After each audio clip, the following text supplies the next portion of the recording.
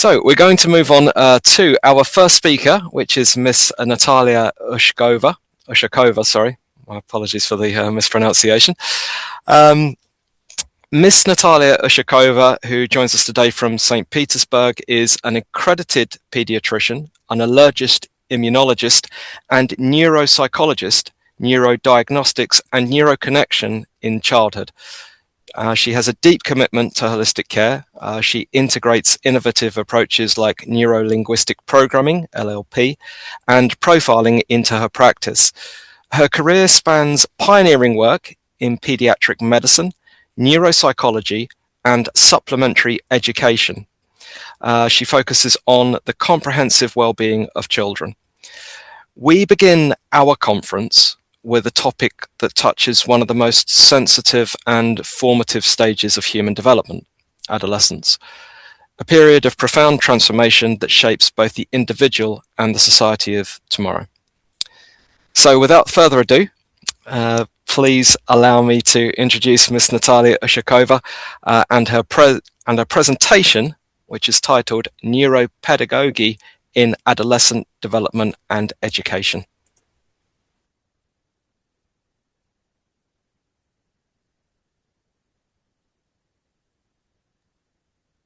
Hello, dear participants and guests of today's conference. Thank you for your interest in today's topics, and I would like to express my huge gratitude to all participants of this conference, to organizers of this conference, and I will now bring up the presentation. So the topic of today's presentation is adolescence. This is a critical age, a critical period, which shows how the person will spend its full life. And it's our responsibility how the teenagers will spend their life, and today I'm going to talk about the difficulties of this critical age.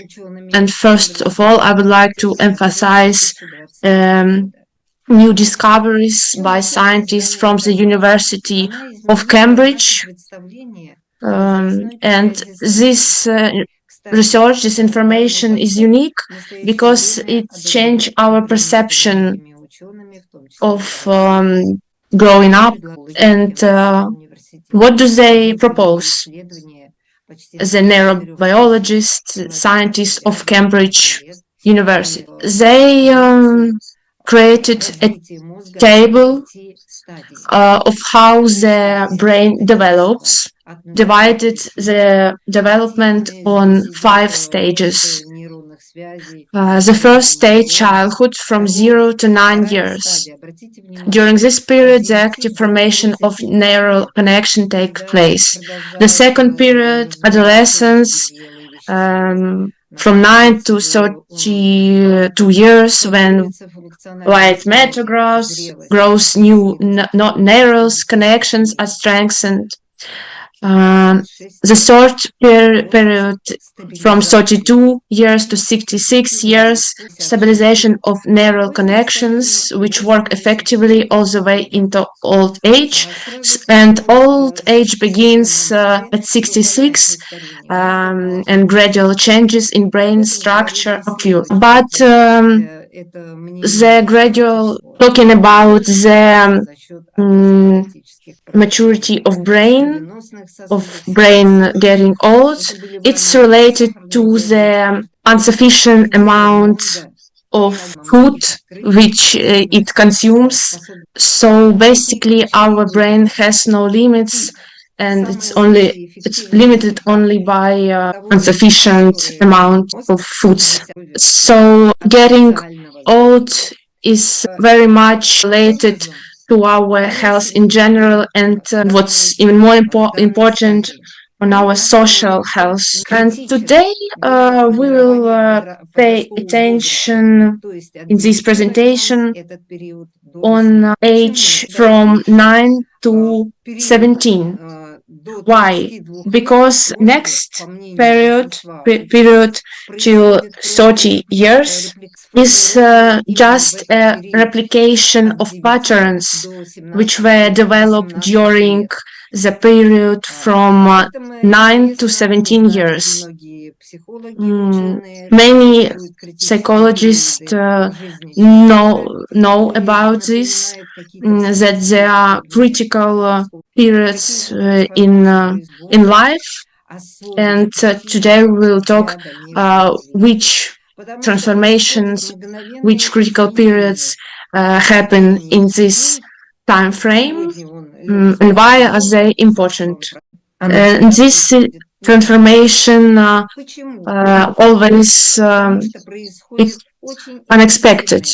Why? Because during this time, very contrast process in person brains is happening. I will mention the example from my work. Once couple took young teenager. He was very small, very weak, and they said, "We're afraid he has a tumor, brain tumor."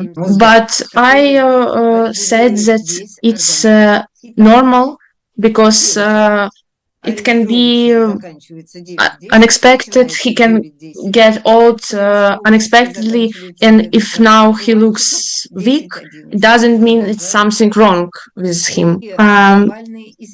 What is happening in brain during this period? Now I want to highlight metamorphosis in the brain of teenager. The brain develops gradually, and the brain, emotions, and the prefrontal cortex are constantly throwing the child in one direction and then another, constantly regulating this. And we look at these fleeting desires of the child. Well, they say seriously, yes, I want to, I'm going to be a great guitarist, especially if they have seen this ideal. Genetics plays a role, but the environment plays a bigger role. And what we teach our children is what they will become. During this period from 9 to 17, child develops a new level of their self. At 3 years old, the self is defined by external features. Now they evaluate themselves. The self is not only by external features, even though the external future is very important for teenagers, but the internal also becomes important. Who am I? They begin to research themselves and also to research those around them, specifically the inner state of those around. What else? About the fact that they overestimate their knowledge, and as I already said, are immersed in music. For example, music for teenagers is their second self, and it is literally in the process of forming and completing its formation. Sometimes this planging irritates us. These wild dances like primitive people, noise. What could anyone possibly like about this? I want to say that, dear parents, please calm down. What is happening to the child? The teenager is catching up on something. Their brain is catching up. The brain demands this, and it isn't some bad inclination of theirs. The brain demands this music. Why? Because when they were little, they were not rocked enough. Their mother sang them too few lullabies and nursery rhymes. There weren't enough games with musical instruments with melodies of different rhythms. And what are these melodies and everything else? this rocking for establishing the correct rhythm of the brain, alpha, delta, theta rhymes. And this is what they didn't get enough of. They are catching up through this music. It isn't a spoiled child, it's the brain that demands it for systematization, for the normal rhythmic functioning and control over the activity of the entire organism. A person's attention combines with thinking just as imagination does. Post-voluntary attention appears. Voluntary attention is directly in action, in purposeful action. And post-voluntary attention is when I'm doing something according to a given scheme, and suddenly I pay attention to something that has caught my interest. This is selective interest. You can track what exactly is embedded in the child, because right here is where a gen might fire. And you need to observe and direct the child into the appropriate environment. Memory develops very quickly. Emotional memory, musical memory, memory for abstract thinking, for abstract objects, for abstract perceptions. And precisely abstract materials are memorized. Things that earlier it was simply impossible to even understand and accept. And imagination, these fantasies, teenagers sometimes live through such vivid fantasies, they literally live inside them. And we will talk about these states a little later. And here we approach that starting point, the positive, negative realization of the adolescent period that I have called the war of two words.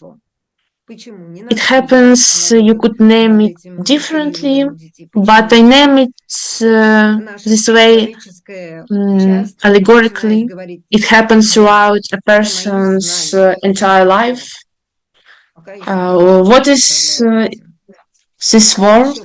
The war of the neocortex, the human part which appeared evolutionary later in the biological body, and the ancient and middle ancient brain, which can be called the reptilian brain, the mammal brain, but this is the emotional brain. You can say that they are literally such animals. But here there are emotions. An emotion must be under the control of the prefrontal zone. During this period, you can do a lot of stupid things. We will talk about this now. Neocortex like equals must, control, judge, programming, evaluation, self-evaluation, social intelligence, and what is I want to drink, eat, sex, and just impulsive behavior in general. Here is what I want right now. Right here, I urgently want to go do this thing, whether the time is right or not, whether I have the resources or not. No, that's it. The limbic system has spoken, bang its fists on the table. I want it, and that's it. I also want to add that for us, during this adolescent period, it's very important to observe how this emotionality manifests in children. Adult supervision is always needed, but it's important also to be careful not act this way, so the children will start hiding from us. No. The thing is that during this period, emotionally significant situation for the child, say friends are calling them somewhere, everyone wants there and I want to go too. Where did they go? Into the night, at midnight, cold frost. No, they ran off there, and they ran off there by their desires. Why does this happen? Because this is very emotionally significant situation for them.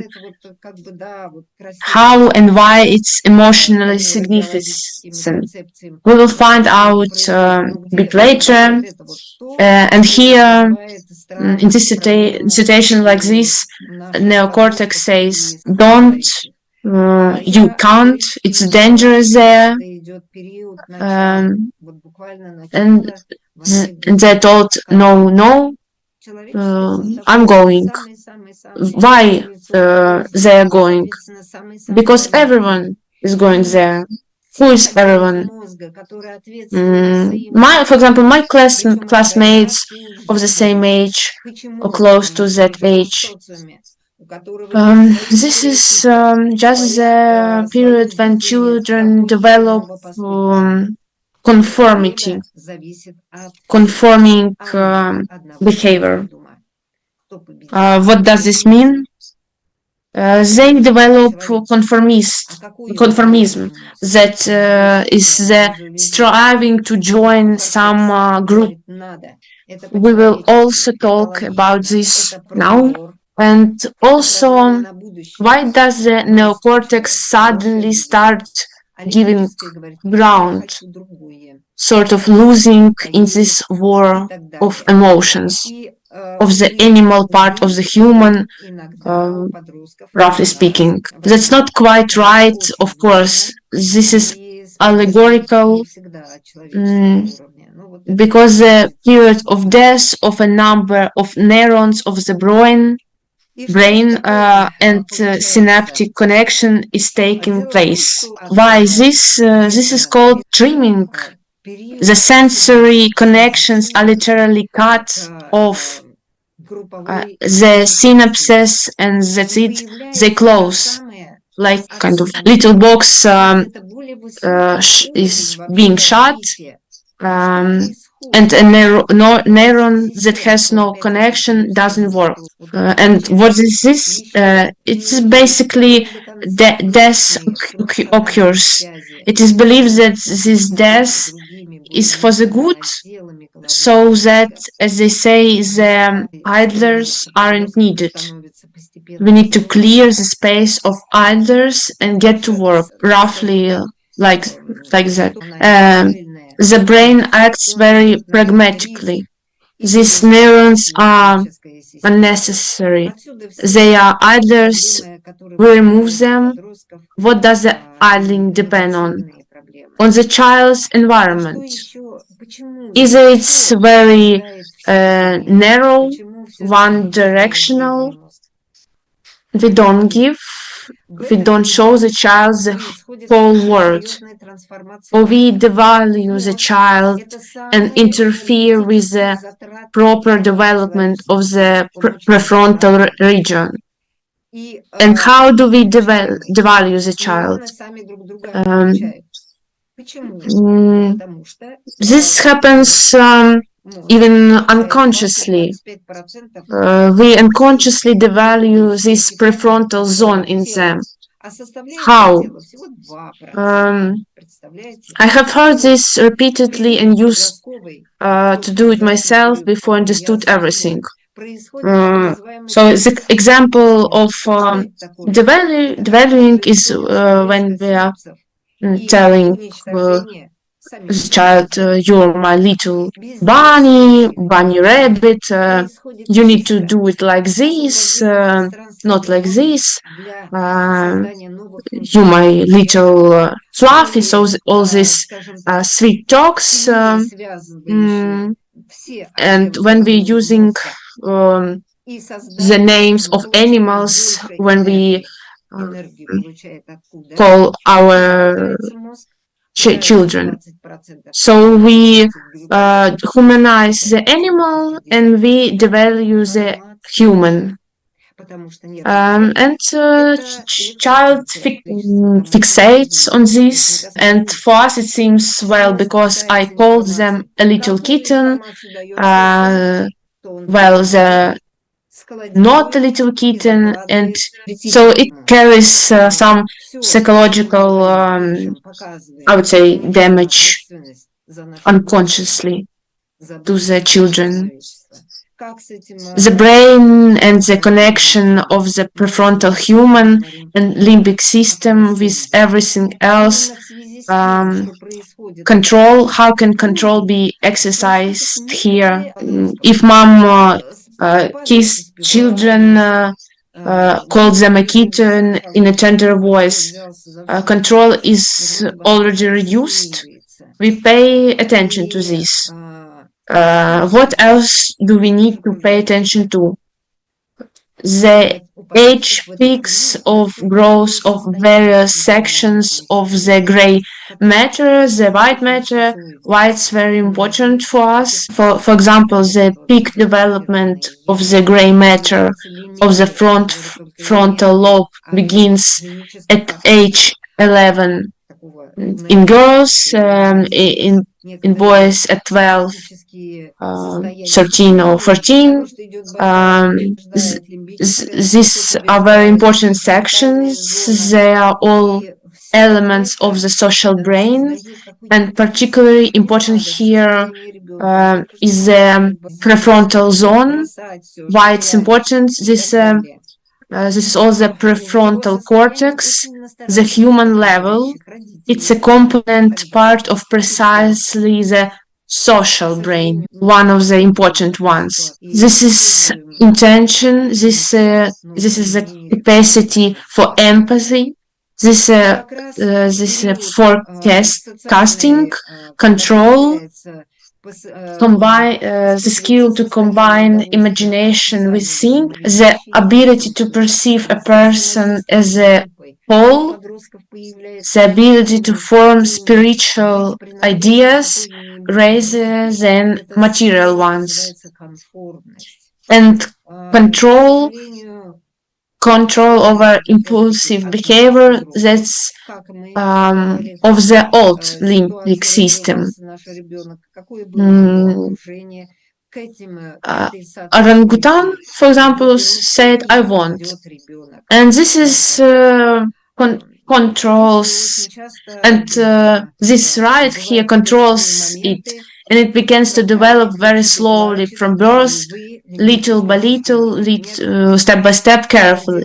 It finishes, but not completely. There's such data. It finishes by 32 years. Maximal growth from 15.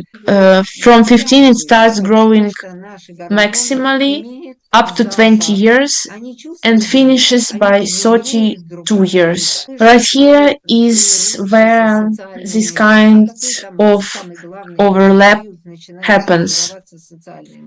On the one hand, darling. On the other hand, there's a orangutan is beating its chest and wants to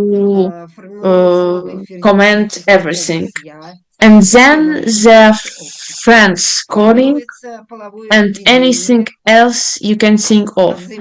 And the imagination is so powerful that I can imagine that I am, I don't know who, a superhero, I can defeat anyone, and death doesn't exist at all. And then tunnel thinking also starts developing. This is something that happens as an internal imitation of the brain due to the partial death, the pressure of the limbic system, even schizoid behavior appears. But this is not a mental illness. We draw attention to an important point. Mood swings. One moment I'm happy, then I'm sad, then I've shut myself off from anyone, from everyone. I hate everyone, including myself. What happens very often, and what do we adults do during this period? We punish, scold, and even in some cases give antidepressants. What do antidepressants do at this moment? They just suppress the normal interaction of the prefrontal and limbic systems. And what is the treatment? What is the right remedy in this situation? The right and good environment. Precisely, right now, at this time, why is this important? Because during this period, as I said earlier, for the child, the teenager, conformity is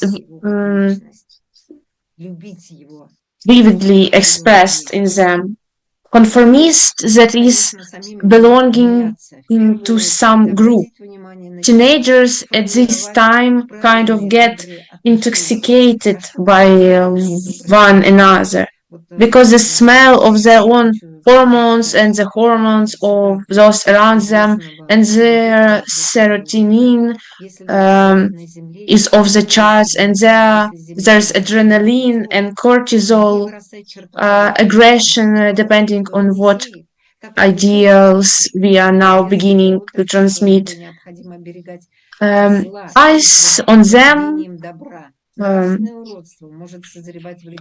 So we can take care of the children, of the teenagers in this special period only by helping to form, to be in normal, good environment.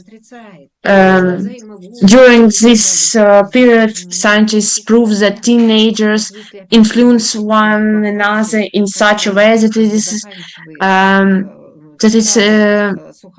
as if they are drunk or on drugs.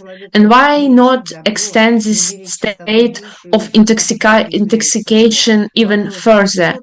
And right here is where that line begins. That line that may later turn out to be irreversible.